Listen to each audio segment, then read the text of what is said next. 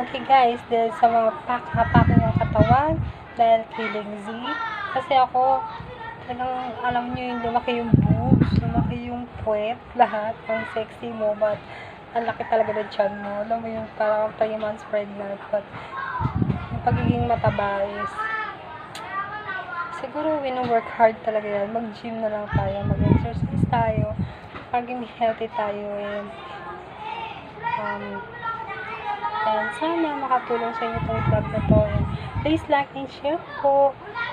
And sana is marami pang makapanood nito para magkaroon po sila ng idea bakit ganun yung effect ng lazy, bakit nagkaka-pimples, bakit hirap huminga. Well, ako hanggang ngayon medyo hirap akong huminga. And medyo marami-rami din kasi talaga nainom ko. Sobrang, alam mo yung kasi yung, alam mo yung na-addict ka na ayoko nang pumayat ulit. Kasi kung mataba lang ako, kaya alam mo yun, inom talaga ako ng inom nun.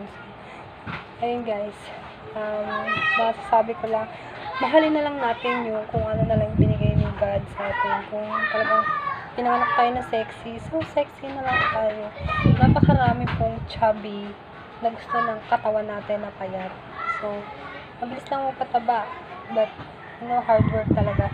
Hindi natin kailangan ng magic na within 3 days, 1 week, 2 weeks, mataba na tayo. Meron po siyang ang kapalit na bad effect. So, ayun guys. So, thank you sa mga nanood.